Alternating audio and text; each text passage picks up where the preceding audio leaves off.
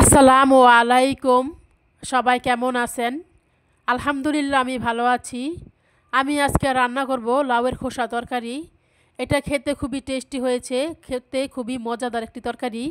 বাসায় কিছু না থাকলে এভাবে খোসা তরকারি রান্না করে খাবেন। আর এটা রান্না করাও খুব সহজ। এটা রান্না করার জন্য আমি এখানে একটা কচি লাউ নিয়েছিলাম, তার সম্পূর্ণ খোসাটাই আমি নিয়েছি। আমি এটাকে পাতলা থেকে একটু ভারী করে কেটে নিয়েছি। দেখতে পাচ্ছেন কতটা ভারী করে কেটে নিয়েছি। এবার এটাকে আমি ভালোভাবে ধুয়ে সিদ্ধ করে নিব আর পাটায় বেটে নিব। এটা রান্না করার জন্য এখানে আমি নিয়েছি টমেটো কুচি, পেঁয়াজ কুচি, 8-10টার মতো হবে, কাঁচামরিচ কেটে নিয়েছি। আর নিয়েছি একটা বড় আলু কিপ করে কেটে নিয়েছি। আর নিয়েছি কিছু ছোট চিংড়ি মাছ। এখানে নিয়েছি পরিমাণ মতো হলুদের গুঁড়া, মরিচের গুঁড়া, ধনের গুঁড়া, জিরের গুঁড়া, গরম মশলার গুঁড়া। আর নিয়েছি স্বাদ মতো লবণ। এবার রান্না করার জন্য কড়াইতে দিয়ে দিলাম সাদা সয়াবিন তেল। এই তরকারিতে একটু তেলের পরিমাণ বেশি দিতে হবে, তাহলে খেতে ভালো লাগবে। এবার এখন দিয়ে দিব আলু আর চিংড়িগুলা। এখানে দিয়ে দিব এখন হলুদের গুঁড়া আর দিয়ে দিব সামান্য লবণ। এখন মিডিয়াম আঁচ রেখে এগুলো একটু নেড়ে চেড়ে ভেজে নিব। বেশি আঁচ দিয়ে ভাজবো না, তাহলে পুড়ে যাবে। আর এটা ভেজে নিলে তরকারিতে যে একটা কাঁচা চিংড়ি মাছের গন্ধ আসে এটা থাকবে না, খেতে ভালো লাগবে। ভাজা আমার হয়ে গেছে। এখন এর মধ্যে আমি দিয়ে দিব কেটে রাখা টমেটো কুচি, পেঁয়াজ কুচি আর কাঁচামরিচ কাটাগুলো এখন দিয়ে দিব। আমি এখানে অনেকগুলো মরিচ দিয়ে দিলাম, এটা ঝাল ঝাল করে রান্না করব। আমার ঝাল খেতে ভালো লাগে, আপনারা যার যার পছন্দ অনুযায়ী ঝালটা দিয়ে নেবেন। আর দিয়ে দিবে এখানে সম্পূর্ণ মশলাগুলো, যে পরিমাণ মতো মশলাগুলো রেখেছিলাম সম্পূর্ণটা দিয়ে দিলাম। এবার দিয়ে দিব সামান্য পানি। আর এখন দিয়ে দিব বেটে রাখা লাউয়ের খোসা। আপনারা চাইলে এটা ব্লেন্ড করে নিতে পারেন। সম্পূর্ণটা আমি দিয়ে দিব এখন। এটাকে একটু মিহি করে বেটে নিতে হবে।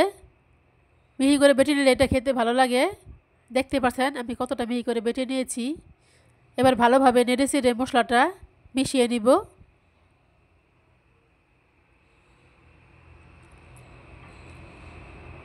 মিশানো হয়ে গেলে এটাকে আমি এখন ঢাকনা দিয়ে ঢেকে কিছুক্ষণ কষিয়ে নিব। কিছুক্ষণ পর ঢাকনাটা উঠিয়ে নিলাম। আমার তরকারিটা কষানো হয়ে গেছে। তরকারি ভালোভাবে কষানো হলে তরকারি খেতে ভালো লাগে। আপনারা যে কোনো তরকারি ভালোভাবে কষিয়ে রান্না করবেন, খেতে ভালো লাগবে।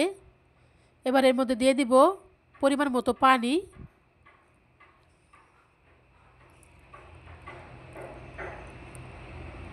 আমি এটা মাখা মাখা করে রান্না করব, এজন্য পানির পরিমাণটা কম দিলাম। এবার ভালোভাবে নেড়ে চেড়ে মিশিয়ে নিলাম। এবার ঢাকনা দিয়ে আবার কিছুক্ষণ রান্না করে নিব।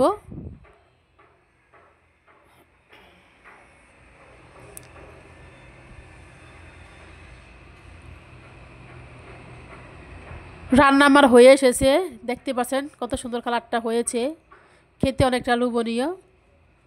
আপনারা বাসায় এভাবে খোসা রান্না করে খাবেন, খেতে খুবই ভালো লাগে। এবার এখানে দিয়ে দিব আমি ধনেপাতা কুচি।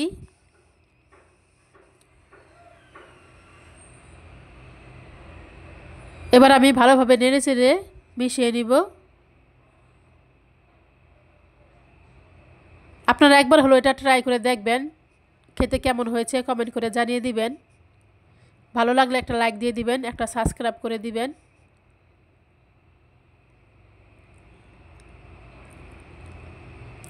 আমার তরকারিটা হয়ে গেছে, আমি এখন এটাকে নামিয়ে নিব। আপনাদের বন্ধুর সাথে এটা শেয়ার করে নেবেন, তারাও একটা নতুন রান্না শিখে নিবে। আসসালামু আলাইকুম। সবাই ভালো থাকবেন। আল্লাহ হাফেজ।